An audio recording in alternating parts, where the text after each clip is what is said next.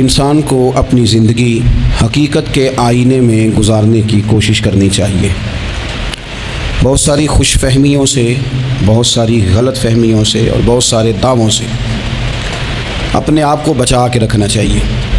اللہ تعالیٰ کی رحمت پر امید رکھنا، نبی پاک صلی اللہ تعالیٰ علیہ وسلم کی شفاعت کی امید رکھنا، نیک اور صالحین کی نسبت کی امید رکھنا، یہ برا نہیں، یہ بڑا ہی بہترین ہے، یہ بڑا ہی خوبصورت عمل ہے، اس کی بہت ساری برکات ہیں۔ لیکن کسی غلط فہمی کا شکار ہو جانا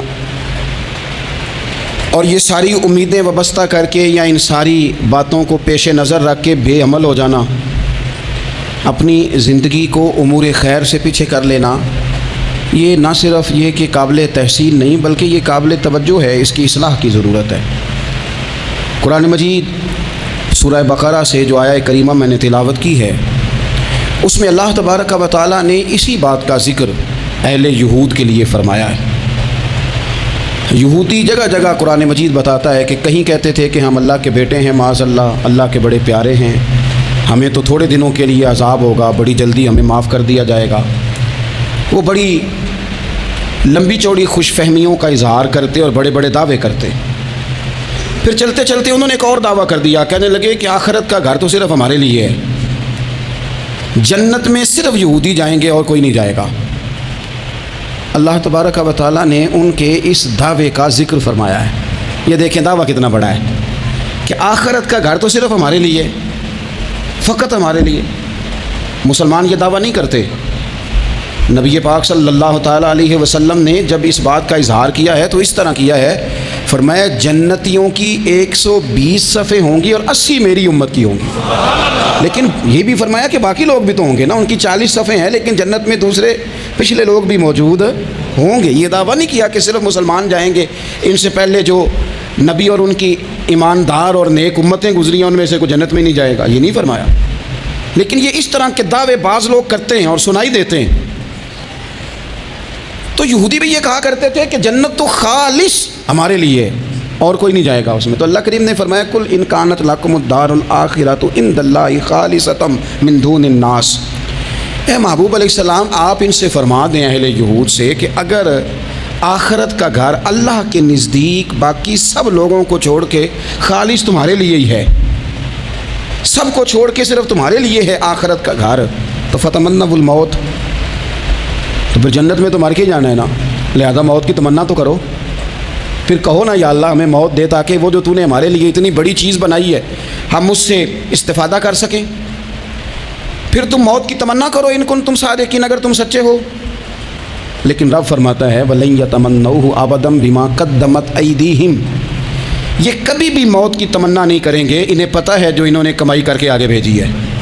یہ موت کے دعوے کریں گے کہ جنت میں صرف ہم ہی جائیں گے، لیکن کبھی بھی موت کی تمنا، یہ کبھی موت کی تمنا نہیں کریں گے، اس لیے کہ انہیں پتہ ہے کہ ہم نے آخرت کے لیے کیا۔ یہ جو بہت سارے لوگ کہتے ہیں نا میری نسبت اور میری بات اور بلے بلے سارا کچھ میں ہی ہوں، تو ان سے کہو پھر سارا پیسہ کوٹھی پہ ہی لگائے جاتے ہو، پھر تو جنت تمہارا انتظار کر رہی ہے، پھر یہاں اتنے خرچے کرنے کی تمہیں کیا مشکل پڑی ہوئی۔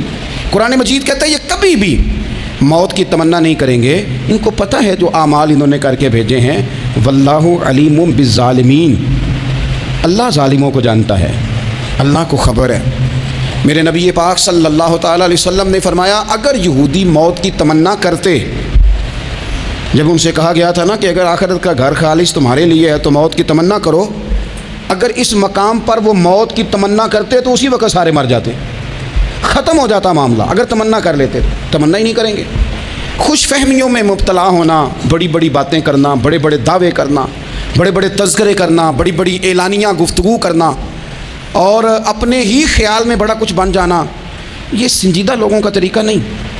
میں نے کچھ آستانے اپنی آنکھوں سے دیکھے، وہ کہتے ہیں جناب ہمارے حضرت کی نسبت اور حضرت ساتھ بیٹھے مسکرا رہے ہیں، اتنی دیدہ دلیری تو نہیں نا ہونی چاہیے۔ آپ اپنے سامنے سارا کچھ اپنے آپ کو کہلوا رہے ہیں۔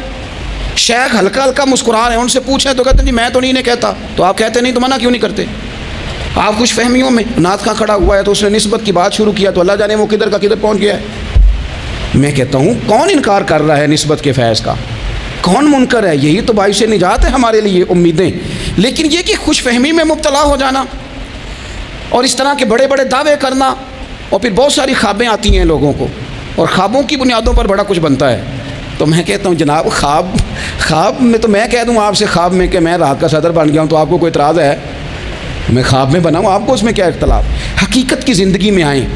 حقیقت کی زندگی میں جتنے لوگ نیک ہیں، پرہیزگار ہیں، دعویٰ ہے غلامی کا، دعویٰ ہے نسبت کا، فلانی شے کا، تو پھر بھئی آپ نے اتنا مال کاہے کو جمع کر لیا ہے؟ پھر یہ کاریں، یہ بنگلے، یہ کوٹھیاں، یہ جائیدادیں، یہ جلسوں کی فیسیں، یہ نعتوں کی فیسیں، یہ کس لیے؟ پھر تو آخرت آپ کے لیے سجی ہوئی ہے، سنوری لی ہوئی ہے، پھر تو آپ اس طرف توجہ کریں۔ حقیقت پسندی کا مزاج جب تک قوموں میں نہیں آتا، قومیں اتنی دیر تک اپنی روحانی، اخلاقی اور کردار کی بلندی نہیں حاصل کر پاتی۔ تو موت کی تمنا، یہاں ایک بات اور سن لیں، شریعت اسلامیہ کے اندر مصیبتوں سے گھبرا کر موت کی تمنا کرنا منع ہے۔ کوئی شخص کسی مشکل میں ہے، بیماری میں ہے، تکلیف میں ہے، دکھ میں ہے، تو موت کی تمنا کرے کہ اس بیماری سے تو مر جاؤں تو اچھا ہے، تو یہ منع ہے اس کے لیے۔ ہمارے ہاں کچھ لوگ لا علمی کی بنیاد پر چھوٹا سا جھگڑا گھر میں ہوا تو کہتے ہیں میں تو اللہ سے دعا کرتا ہوں میں اب مار ہی جاؤں۔ بھائی آپ اتنی سی بات نہیں سہ سکے، اور آپ نے اتنی سی بات پر اتنی بڑی بات کر دی کہ میں اب چلا ہی جاؤں، اور یہ جھگڑوں کے اندر عام لوگ کہہ دیتے ہیں، یہ منع ہے۔ نبی پاک صلی اللہ تعالیٰ علیہ وسلم نے اس سے منع فرمایا، بلکہ مسلم شریف میں فرمایا کہ اگر تم نے کبھی دعا کرنی بھی ہو کسی وقت تو ان لفظوں سے کر سکتے ہو کہ یا اللہ جب تک میرا زندہ رہنا میرے حق میں بہتر ہے، مجھے دنیا میں رکھ، اور جب میرا یہاں سے چلے جانا تیری حکمت کا تقاضا ہے اور میرے حق میں بہتر ہے تو پھر مجھے ایمان کے ساتھ لے جا، پھر تو مجھے لے جا۔ تمنا موت کی کرنا اور مصیبتوں سے گھبرا کر کرنا، اور بھائی مشکلات میں جینا تو حسن ہے۔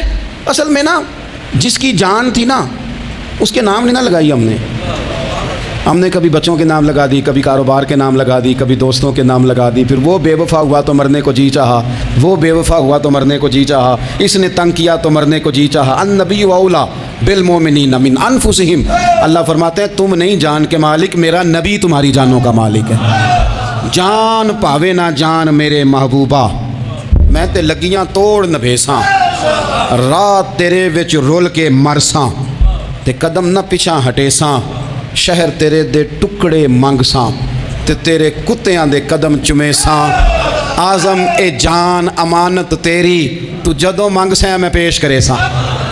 یہ تو کسی اور کی ہے، ہماری ہے نہیں۔ تو بہت سارے لوگ گھبرا کر ہو بڑی تکلیف آ گئی، بھئی آپ جلدی نہ کریں، بالکل جلدی نہ کریں، آپ حوصلہ پیدا کریں، اور جیا تو جاتا ہی مشکل میں ہے۔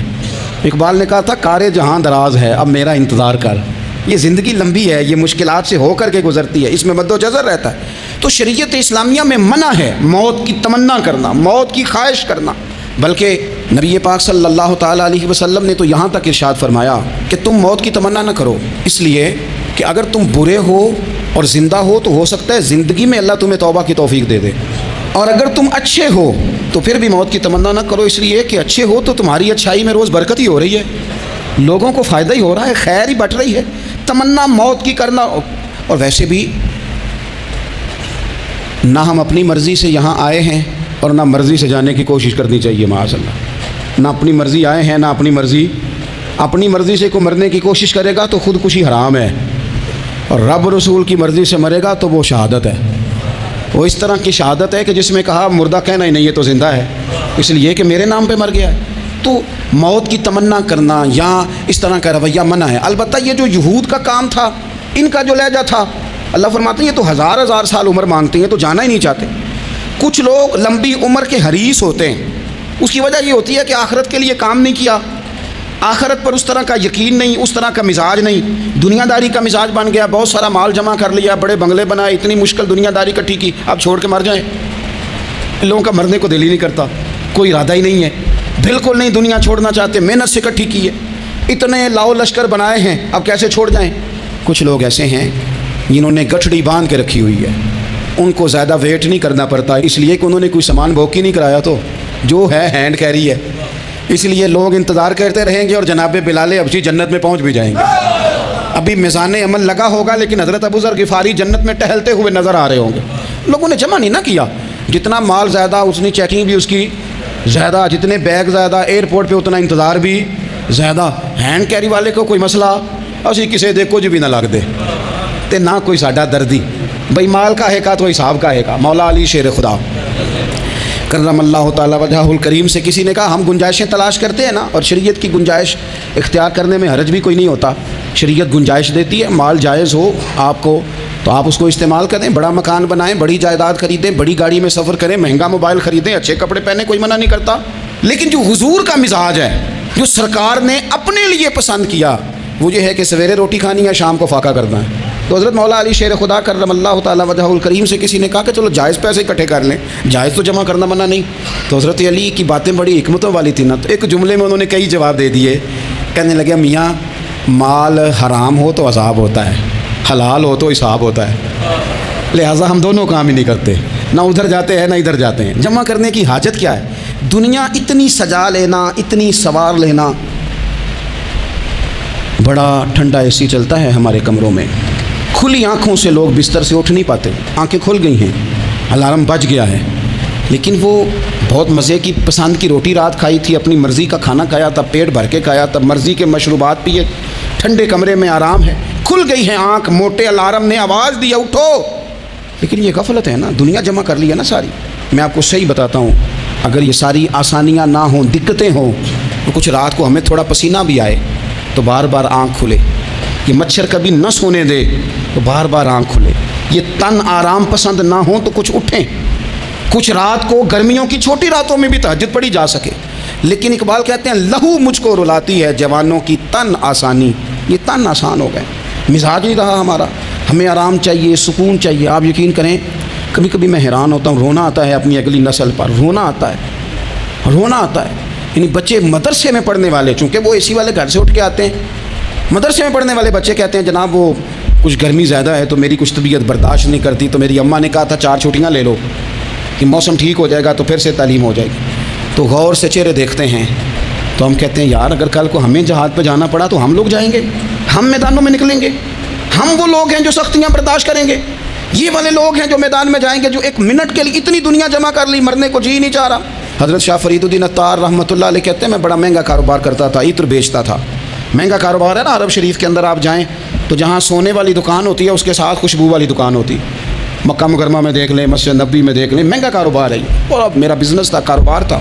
تو آپ فرماتے ہیں کہ ایک دن ایک بزرگ آ گئے، انہوں نے ایک شیشی دیکھی، خوشبو سونگی، دوسری، تیسری، چوتھی، اچھے سیل مین آگے بڑھ کے خود کہتے ہیں آپ کو کیا چاہیے؟ میں نے بھی کہا بابا جی کیا چاہیے مجھے بتائیں، کیا دیکھ رہے ہیں؟ تو بابا جی بڑے دھیمے، ٹھنڈے اور حوصلے والے لہجے میں کہنے لگے پتر دیکھ رہا ہوں تیری جان بڑی مشکل سے نکلے گی۔ تو میں نے کہا وہ کیوں؟ کہنے لگے اتنی مہنگا تو نے مال جمع کیا ہے، کبھی مرنے لگے گا تو یہ یاد آئے گا، کبھی وہ یاد آئے گا، کبھی سادہ کر لیں اس کو، سادہ کر لیں، کبھی اس سوسائٹی والا پلاٹ یاد آئے گا، کبھی ادھر والا یاد آئے گا، کبھی لاہور والا یاد آئے گا، کہاں مرنے کو جی چاہتا ہے۔ اور پھر ایک اور دھوکہ ہے، میں بچوں کے لیے کر رہا ہوں، بچوں کے نام تو ایک دھیلا بھی نہیں، وہ تو سارا آپ کے اپنے نام ہے، ایسے ہی بہانہ بنایا ہوئے بچوں، کس بچے کے نام؟ بچے نے تو 50 دفعہ کہا ہے کہ وہ ایک دکان بھیج دو، میں نے کام کرنا ہے، تو ابا کہتا مراں گا تو تاں بکے گی، کہاں بچوں کے لیے؟ کون کہتا ہے بچوں کے لیے؟ یہ تو خواہشات ہیں جن پر ہمارا اپنا قبضہ ہے، ہر کنجی تو ہماری جیب میں، کون کہہ رہا ہے؟ وہ تو کبھی جا کے ملے گا ان کو جب موقع آئے گا۔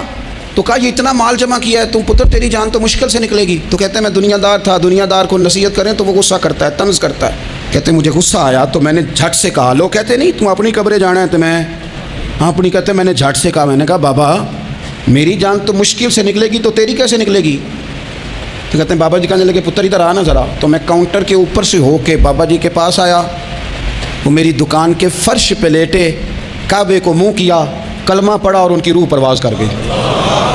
عرش فرشتے بانگاں میریاں، مکے پہ گیا شور، بلے شاہ اسی نہیں مرنا، تے مر گیا ہی کوئی ہور، نالے وارث شاہ ہو کدوں مر دے جنہ کیتیاں نیک کمائیاں نے۔ کہا یہ دیکھ لو مر گئے، بس اتنی کام تھا، تیاری ہے۔ امام غزالی کا آخری وقت تھا نا تو انہوں نے وضو کیا، غسل کیا، خوشبو لگائی، اپنے ہاتھوں سے چادر بچھائی، پھر تکیہ رکھا، پھر لیٹے، پھر حضور پہ درود پڑھا، اور پھر کہنے لگے رب اگر تیری مرضی ہے تو غزالی بھی تیرا تیار ہے۔ بس یہ جملے زبان پہ تھے اور روح پرواز کر گئی۔ موت کو سمجھے ہیں غافل اختتام زندگی، یہ ہے شام زندگی، پھر صبح دوام زندگی۔ عزیز بھائیو ہم نے نا بڑی آسائشیں جمع کر لی، بڑا کچھ اپنی عقل کے زور پر ہم نے اکٹھا کر لیا، نہیں ہمارا پروگرام۔ کسی سے پوچھ لیں صحت کیسی ہے، تو عمر اگر اس کی بڑی اوپر بھی چلی جا رہی ہو، اب تو خیر سالگرہ میں آنے کا رواج ہر جگہ آ گیا ہے، ہم سے بھی لوگ پوچھتے ہیں کہ آپ بتائیں آپ کس تاریخ کو پیدا ہوئے تھے، تو میں کہتا ہوں کوئی کارنامہ سر انجام دے لینے دو، پھر بتا دیں گے۔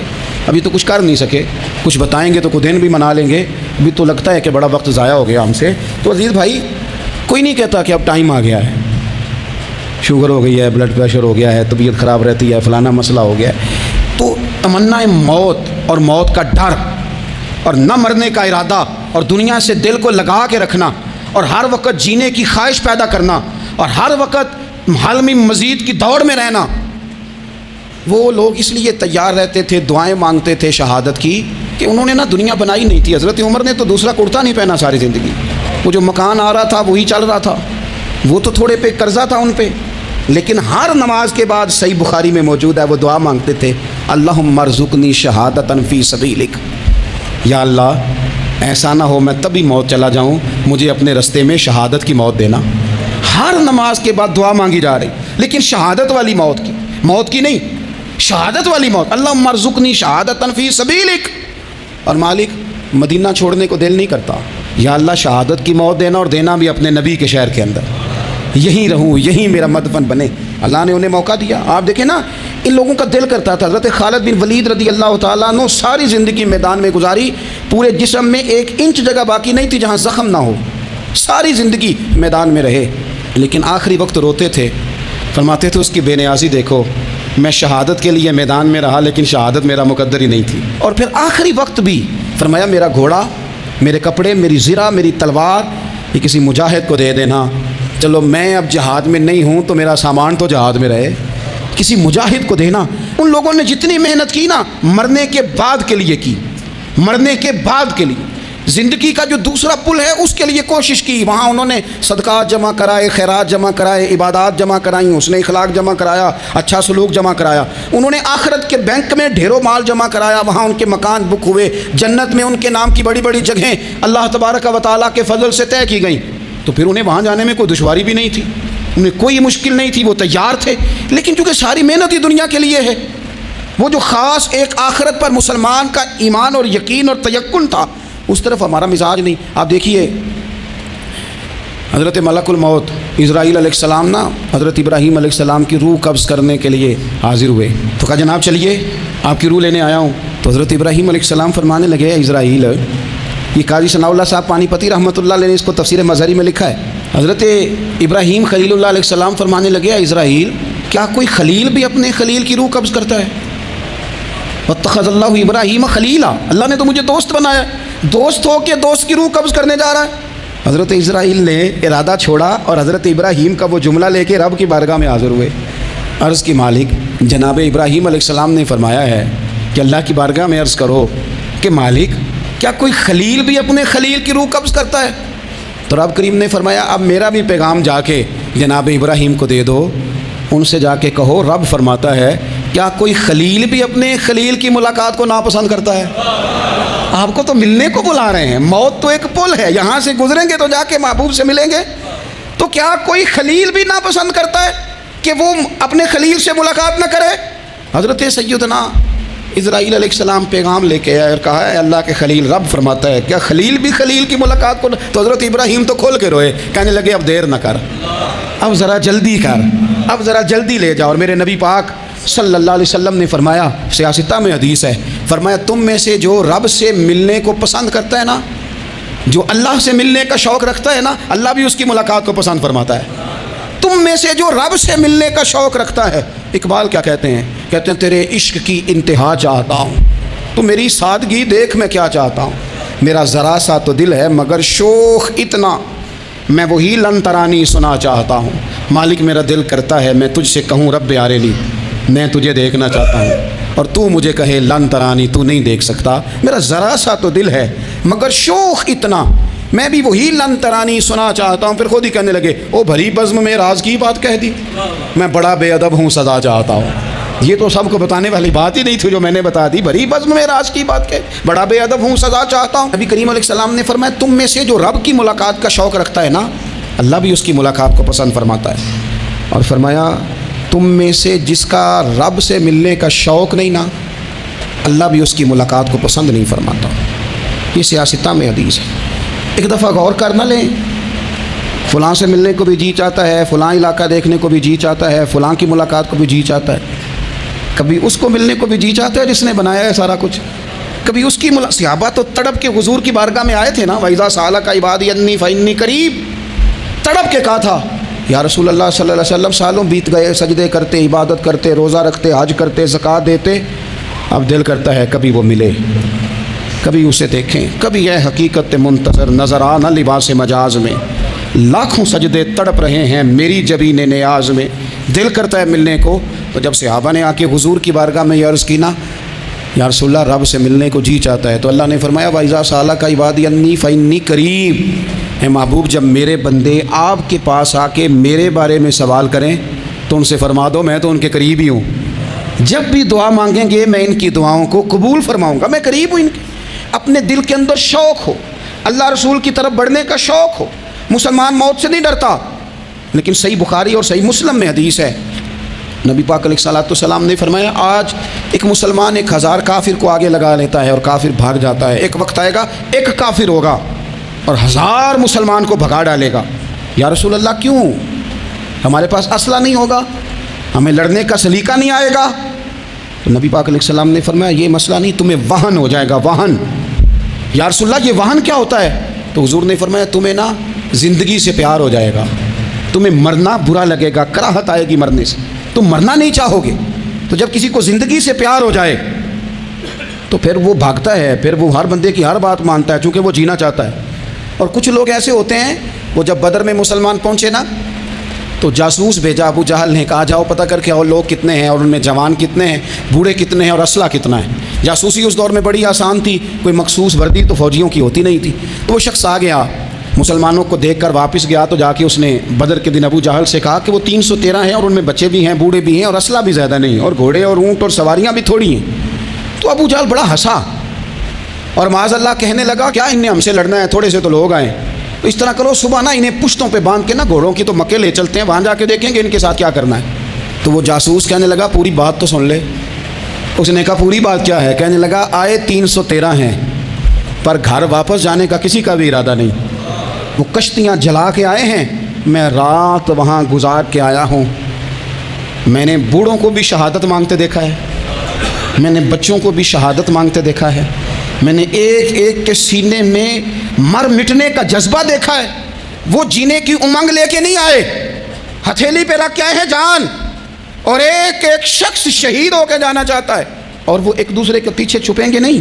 یہ جو موت ہے نا، موت یہ تو ایک پل ہے، اس سے گزریں گے، اللہ رسول کے حضور جائیں گے، جنت کی نعمتیں، خدا کی تیار کی ہوئی رحمتیں مسلمان کا آگے بڑھ کے استقبال کرے گی۔ حضرت عمار بن یاسر رضی اللہ تعالیٰ عنہ کو زخم لگ رہا ہے میدان جہاد میں، اور تیز زخم لگ رہا ہے، سخت تکلیف میں۔ تو ایک شخص نے آ کے پوچھا کیا حال ہے؟ تو آپ فرمانے لگے حال کیا ہونا ہے، تھوڑا سا ٹائم رہ گیا ہے۔ تو بندہ پریشان ہو گیا، اس نے کہا کس بات میں؟ فرمانے لگے تھوڑا سا ٹائم رہ گیا، بس میں نبی پاک سے ملنے والا ہوں اور حضور کے صحابہ سے ملنے والا ہوں۔ حضرت عمار بن یاسر رضی اللہ تعالیٰ عنہ کہنے لگے تھوڑا سا ٹائم رہ گیا، تھوڑا سا مرنا مرنا ہر کوئی آکھے تے میں بھی آکھاں مرنا، تے جس مرنے تھی خوشبو نہ آوے او مرنا کی مرنا، تے جس مرنے وچ سونا راضی اس مرنے تو کی ڈرنا۔ ایک گل رکھنا یاد کہ میرا جس دن ہووے مرنا، سب کچھ کرنا، سب کچھ کر کے میرا منہ روزے ول کرنا، شاید میرا آقا آوے میں دیدار حضور دا کرنا۔ فرمایا کہ وہ تو بالکل قریب آ گیا ٹائم۔ حضرت سیدنا بلال حبشی رضی اللہ تعالیٰ عنہ آخری وقت ہے، لوگ بڑا اس کا منظر جب بیان کرتے ہیں تو خوفناک بیان کرتے ہیں، اس طرح کا لہجہ اختیار کرتے ہیں کہ بات سن کے بندہ کانپ جائے۔ سیدنا بلال حبشی رضی اللہ تعالیٰ عنہ بالکل آخری وقت ہے، جانے کا ٹائم۔ تو حضرت بلال کی اہلیہ قریب بیٹھی ہیں تو کہنے لگی بڑے غم کا موقع آ گیا، غموں کی رات شروع ہو گئی، حالات میرے لیے مشکل آ گئے۔ آپ نے فرمایا کیا ہوا؟ کہنے لگی آپ جا رہے ہیں؟ تو حضرت بلال کہنے لگے یہ غم کا موقع نہیں، یہ تو خوشی کا موقع ہے، میں جاؤں گا تو حضور سے ملوں گا نا، جاؤں گا تو نبی پاک سے ملاقات ہوگی، یہ تو میرا ملاقات کا وقت آیا۔ تو اپنی زندگی کے اندر انسان کچھ اپنی آخرت کے لیے کرے، کچھ زاد راہ جمع کرے، کچھ وہ تیاری کرے، کچھ اس کے پاس ایسے اعمال ہوں جس کی بنیاد پر اس کا رب رسول کی بارگاہ میں حاضری کو جی چاہے۔